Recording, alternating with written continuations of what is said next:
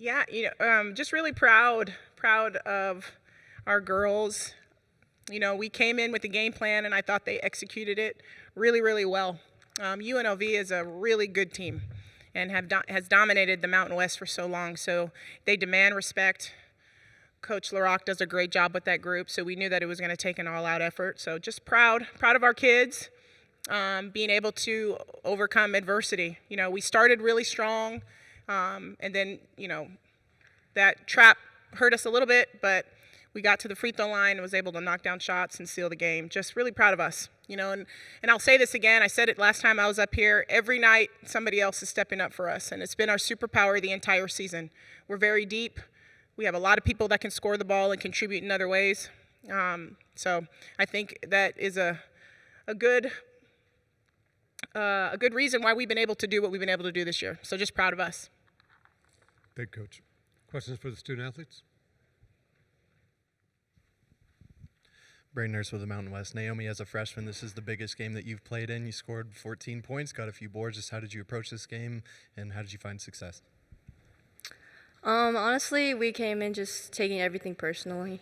I just came in with a mindset, just go at everybody. It doesn't matter. Same intensity, and then I think our defense really helped with our offense.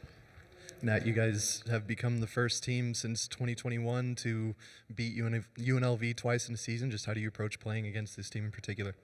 We take it as every team we approach. We stick to our principles. We stick to what the coaches are telling us in the scout, and we just play as a team. Kaylin, what about this team is built for these kind of moments? I would just say that, like Nat said, we all just take each game the same. We approach each game with the same mentality, and we know that what we've done behind closed doors, we know who we are, and that sets us up every game.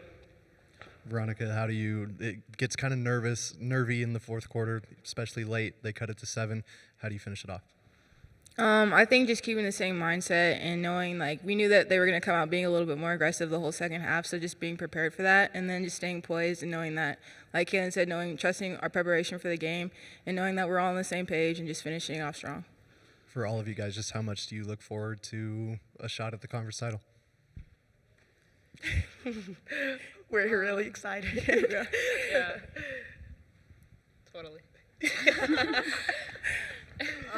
I think it's what we worked for all season. So, we came out with a lot of intensity this game, and just to carry that momentum to the next game, job's not finished. Over here to your right, ladies. Steve Silverman with the next. This is for all the players. You guys beat them once earlier in the regular season, and I'm wondering how important that was to giving you belief that you could come in on their home court here and win tonight. I think that, we did, knowing, it definitely helps, our mentality knowing that, but we proved ourselves even in our non-conference schedule, and so knowing that, improving that, what we could do, I think carries us into our conference and just throughout the whole season, keeping that same mentality. And not just because, they might be the top team in the conference doesn't mean anything. They're a great team, but we know that what we've done has prepared us for these kind of games like this. So. And then you guys had a really nice, loud, boisterous cheering section here tonight, and I'm wondering how much that helped you, rise to the occasion. Having fans behind us, it's incredible. We hear them every single time. When we win, we look at them. We appreciate everyone who comes. Even if they're not supporting a daughter or a cousin, just fans in general, we appreciate all of that. And then finally, you held them to under 30% shooting on the night. What do you attribute that to? It seemed like you were making everything really hard for them. I think it just comes down to one of our coaches talked about focus. That's kind of been one of our words we've had the past couple of weeks, of just staying locked in. I think knowing our matchups, knowing our personnel, and just staying locked in to the very end, I think that was the biggest thing that contributed to holding them to 30%. So.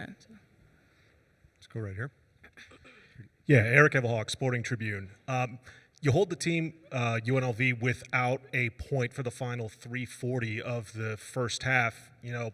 After last night, over almost 7 minutes out of halftime. Just talk about what it takes to have that lock in, to have those long shutout streaks, and how does that help you build? I think our coaches talk about this all the time, that our defense creates our offense. So just locking in with that same intensity on defense and sticking to the scout and the game plan really helped us get going on offense. So I think that really helped. Kaylin, you've seen your role grow over the course of the season. Talk about the attitude that you bring in when you're asked to be kind of the defensive stopper bulldog that helps the team build and, get things going for the other way. I just try and be a spark off the bench and bring the same energy, whether I know I'm getting ready to go in or I don't know. I'm like always ready. But yeah, I just try to, like I said, be a spark off the bench and bring some energy to the game that maybe wasn't there before, or was there, and just keep it going. Ronnie, you played the second half with foul trouble. You pick up your third, right out of halftime, and you pick up the fourth, 7:20 to go in the fourth quarter. Just talk about how you were able to navigate that and play such an important role down the stretch.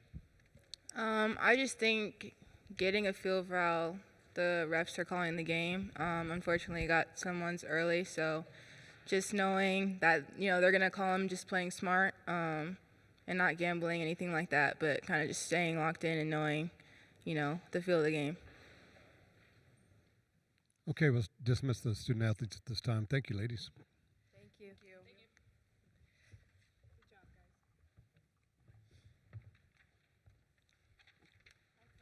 All right, see you in a minute. Go get off your legs. Questions for the coach? Coach, I'll ask you the same thing. Just what about this team? You mentioned the superpower that you guys have. Just maybe it's that, maybe it's something else that makes you guys just built for these moments in this tournament. I have a very confident group behind me. We practiced well. We were prepared. I thought our coaching staff did a great job preparing them. But I have a very confident group, and our competitive spirit is very high. So I thought that, we were looking at ESPN, and I think they had a 91.3% chance for us to lose. I guess the other way around would be 8.7 if my math is right. So we just took that personal. We feel like we're a good team. We know UNLV is very good, and they deserve all the respect, but we're a good team too. And I thought we were trying to show everybody that we were. Can you talk about Kim's toughness to come back from kind of a bloody finger, I thought it was, in the first quarter? She comes back in the second quarter, gets a couple of big ones, and then kind of really kickstarts that 15-3 run. And then had a bloody nose. It was a very physical game, so she was bleeding from a lot of extremities there. But she's just tough. I mean, that's just who she is. She's a competitor. She does a lot of things for us. We ask her to do a lot, and that just showed she's just tough. She's just tough. Then that moment in the third, 7-0 run in 39 seconds, really jump-started by Adriana with a 3 and then a steal and a block to get a couple of transition buckets. Just how did that impact your confidence? We talked a lot about before the game. Last time we played UNLV here, I thought we played a decent game. We ended up losing by 10, but Kim and Ronnie were the only ones in double figures. And if you look at the stat sheet tonight, we have 5 people in double figures, and we're something, John can correct me, but we're like 19-2 or something crazy when we share the ball. We had 18 assists. We had 5 people in double figures. We're just a better team when the scoring is dispersed a little bit. Your question about AD, I mean, I know where she wants to get it. It's a really she loves that shot on the elbow. People keep giving it to her. I'm not sure why, but she's able to take it. She's worked really hard on her game, but we know that she can score at all 3 levels. She hit a big layup too at the end when we needed a bucket. What's the message at halftime after you get out to that lead? We were proud of our defense. We only gave up 20 points. We talked about how good UNLV was and that there was going to be a run, and we needed to stay poised when they did make their run. And we lost a little bit of it, but thank goodness we had a little bit of a cushion. But again, we had a lot of freshmen on the floor too. So this is good training. It's a great training ground for them to get better and better. The future's bright for us for sure. I was going to ask about that 20-point lead near the end of the third. How do you not allow your team to get comfortable or complacent in that? Like I said, they're a competitive team. That wasn't enough. We were just trying to limit our mistakes and make great plays on the offensive end. So continuing to coach. What I'm most proud about is you'll see if you pay attention to our huddles, we have people in the huddle that are continuing to coach too and echoing our message. So we had a lot of buy-in, and I think that helped. Go right here. So, Coach, you talked about how you had 5 players in double figures tonight, but that seems to be the personality of your team. I think season-wide you've had maybe 4 players in average double figures, but no one seems to be the big dominant star. Yep. I think your leading score is at 10.8 per game. So can you just talk a little bit about that personality, that, as you said, ball-sharing personality, and the idea that this is not a team that necessarily relies on one big star player? That's part of the recruiting pitch when we bring kids in. We want to play this way all the time. We want to have, people on the floor that can score, and we don't need one kid to shoot the ball 30 times. And I think we're at our best when we share. And we're a hard team to defend. And I just think we play better that way. And some other teams have success the other way, where you have someone scoring 30. And, where it hurts us is in the all-conference voting, because we don't have a lot of kids on the team. But, it's not about that. It's not about the accolades. It's about, the team concept. And, again, our goal was to win a championship, and that's what we came to do. We're not done. The job's not done, like Naomi said, but we care more about the team goals than the individual statistics. Well, I did want to ask you about that very thing that you brought up, because I wouldn't say you were left out of the conference honors, but I mean, for a team that's going to be playing for the championship tomorrow, maybe not as much as some of the other teams that are here. And I'm wondering, was that a chip on your shoulder for your team coming in? I think so. But we also talked about it's not about that. Would you rather have an all-conference honor or a piece of the net? We decided we prefer the net. And then you guys did an amazing job on Kimson tonight. Speaking of, like a team that does have a big score, they do, and she didn't. You held her to 10 points tonight. She barely touched the ball in the first quarter, and even the 10 points came on, I think, 12 shots. So can you talk about what you did to contain her? Let me give her flowers, because she is such a good player, and she's the engine that makes them go.